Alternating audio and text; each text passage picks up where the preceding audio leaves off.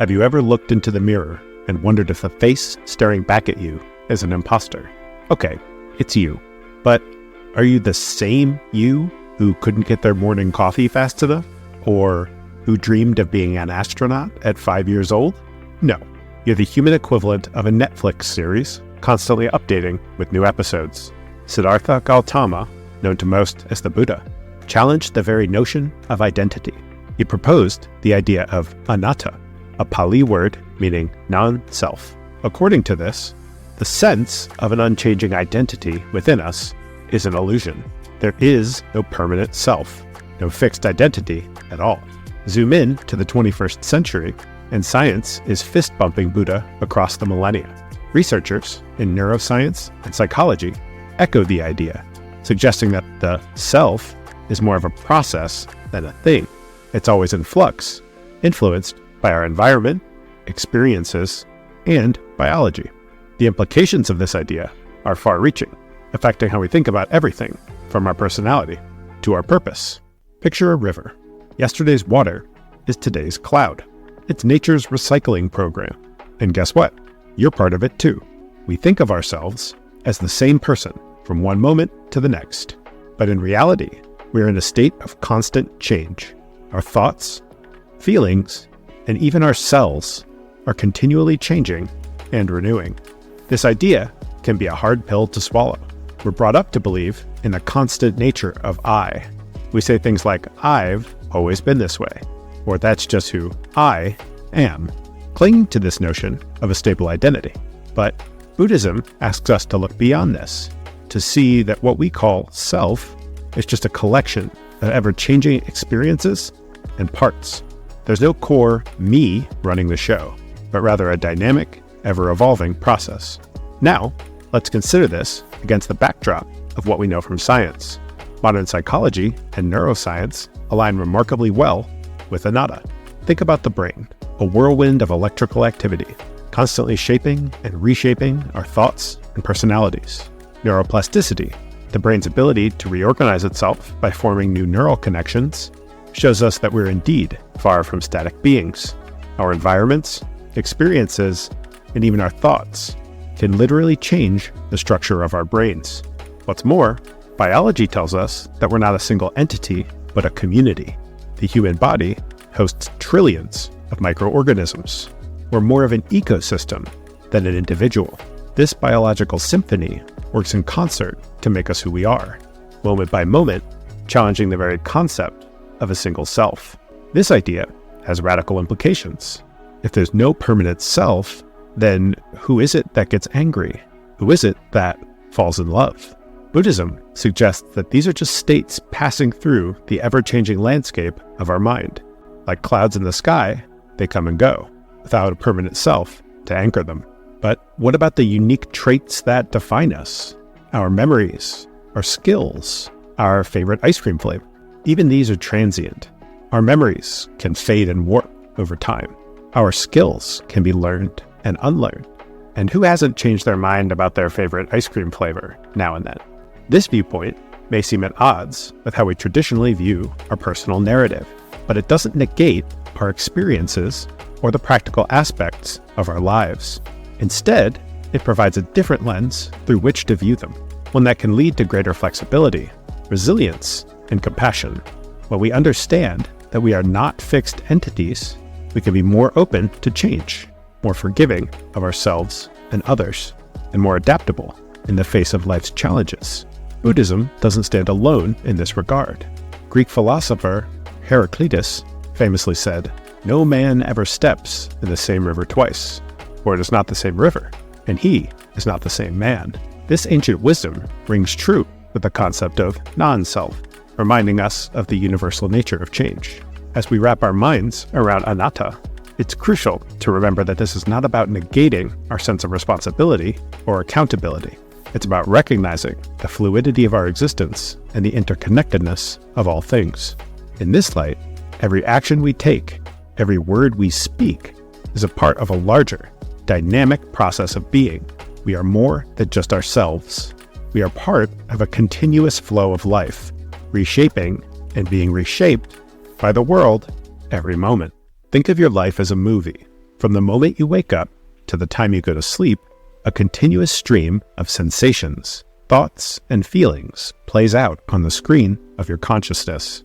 Buddhists break this down into 5 parts called the 5 skandhas, which include form, sensation, perception, mental formations, and consciousness. Together, they create the illusion of a solid me. Let's start with form.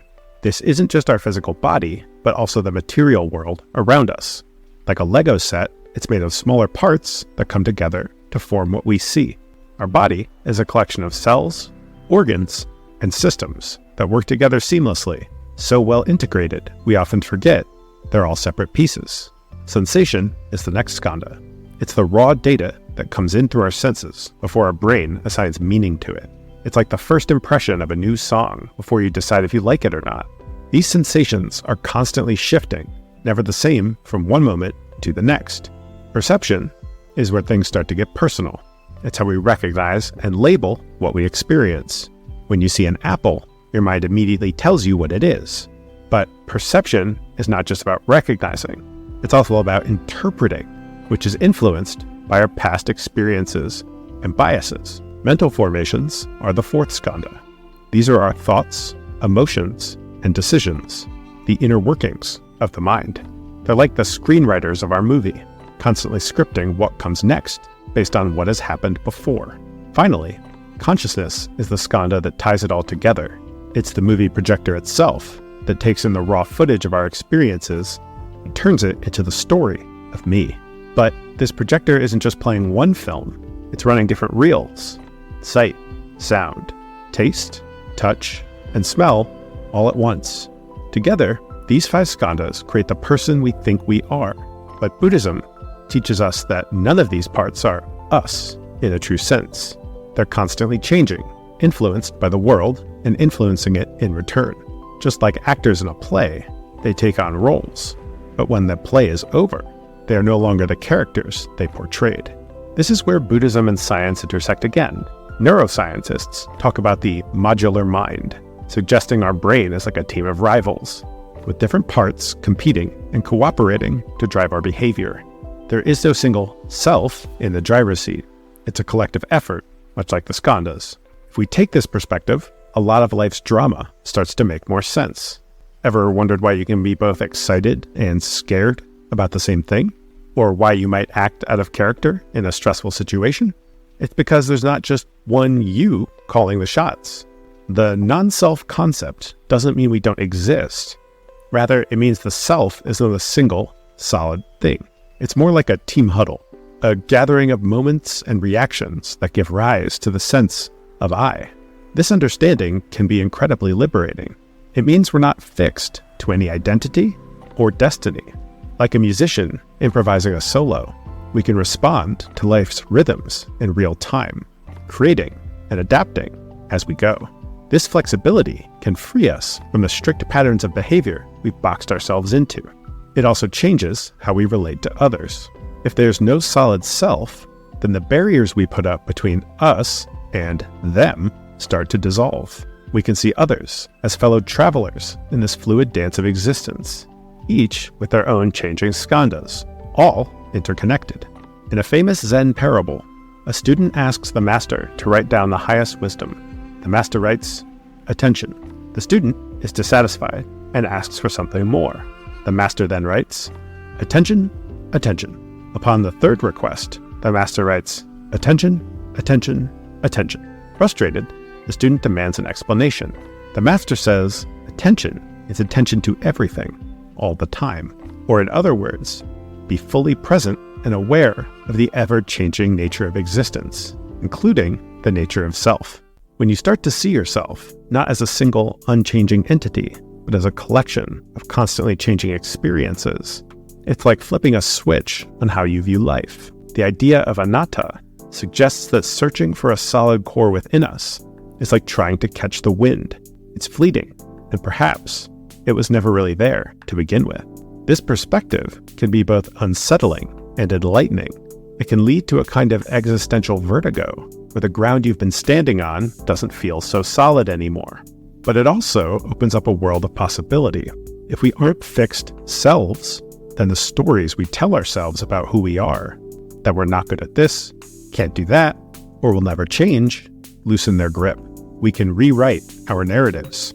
In the landscape of personal development and self-improvement, the concept of non-self could revolutionize our approach. Imagine if we viewed our abilities not as fixed traits, but as evolving qualities. This would mean that the idea of being permanently bad at math or awkward in social situations is not an unchangeable truth, but a temporary state. It opens the door to growth and change in ways we might have never considered possible. In the context of education and learning, this philosophy could transform our methods. If students are seen not as vessels with set capabilities, but as fluid beings with potential that changes from day to day, education could become a more dynamic and individualized journey. This would encourage a system where growth mindset is not just a buzzword, but a fundamental principle, fostering an environment where every setback is seen as a step forward, not a definition of one's limits. In relationships, embracing anatta could mean a shift in how we hold on to grievances. Grudges are often based on the idea that the person who wronged us is the same now as they were then. But if we accept that people are continuously changing, it could open the door to more forgiveness and understanding. On a societal scale, the implications are enormous. Much of our social conflict comes from a strong sense of us versus them. But if we all recognize the idea of non-self, could we foster a greater sense of connection and compassion? After all, if there's no fixed self, the barriers we construct between people based on race, nationality, or religion start to lose their meaning. This isn't to say the concept is without its critics. Some argue that without a solid sense of self, the motivation for personal achievement could wane. If we're not the same person from one moment to the next, who's to say we should be praised for our triumphs or held accountable for our mistakes? Philosopher David Hume famously said, "When I enter most intimately into what I call myself, I always stumble on some particular perception or other of heat or cold, light or shade, love or hatred, pain or pleasure. I never can catch myself at any time without a perception, and never can observe anything but the perception." His observations echo the anatta idea, but it also raises questions about personal identity and continuity over time. To reconcile these concerns, we might consider a middle ground. Perhaps there's a way to acknowledge the fluidity of self while still maintaining a thread of continuity. This could involve recognizing patterns in our behavior or the ongoing narrative that we create from our experiences. In the end, understanding non-self doesn't mean we deny our experiences or the patterns that shape our lives. Instead, it invites us to hold them lightly, to be ready to let go of who we think we are, and be open to who we might become. It's about seeing life as a process, an endless becoming, rather than a fixed state of being. When we talk about the anatta concept, it might ruffle some feathers. Some folks might say, "Hey, doesn't this smack of nihilism? You know, the belief that life's pretty much meaningless?" In Buddhism, where the non-self idea originates, it's not about life being meaningless, but about seeing through the illusion that we're all separate, unchanging individuals. It's like realizing that the characters in a video game aren't really who we are. But instead of throwing up our hands and saying, "Nothing matters," it's more about understanding life on a deeper level. We start to see that we're part of a bigger picture, like individual pixels on a massive screen. Then there's the science crowd, who might argue that everything, including our thoughts and actions, are determined by the laws of nature, like billiard balls on a pool table. But even in a world where physical laws are king, the anatta concept offers a way to view our identity as something flexible, something that can adapt and change with new experiences. It's like upgrading the software on a computer. The machine's the same, but its capabilities evolve. Now let's talk about how non-self fits into our modern world, which is like a giant web connecting everyone and everything. Identity nowadays is complex. We're not just from a hometown or a country, we're global citizens. The anatta viewpoint can help us navigate this complexity. It tells us, hey, it's okay that you're not the same person you were 5 years ago. With cultures mixing and roles changing, clinging to a fixed idea of who we are can make us feel lost. But if we accept that our self is more of a work in progress, we can better adapt to this ever-shifting global scene. This adaptability is key, especially when life throws us curveballs. Embracing non-self makes us like those inflatable punching bags that pop back up every time they're knocked down. It's about resilience. When we understand that our self is fluid, we're more open to learning from our experiences, growing from them, rather than breaking under the pressure of trying to stay the same. In short, recognizing the Anatta does not mean that we don't exist or that our actions don't matter. It's about seeing ourselves as dynamic beings, always learning, always evolving. It encourages us to be more forgiving with ourselves and others as we navigate all this crazy, interconnected world. It's about being like water, flowing with the changes rather than a brittle branch that snaps in the winds of change. In exploring the idea of non-self, we uncover layers of our existence that challenge the very essence of identity. As we consider the implications on morality, society, and our personal journeys, it's clear that this concept isn't just philosophical. It's a lived experience, influencing how we interact with the world and with each other. What patterns in your life might transform if you viewed yourself through the lens of Anatta? Thank you for watching.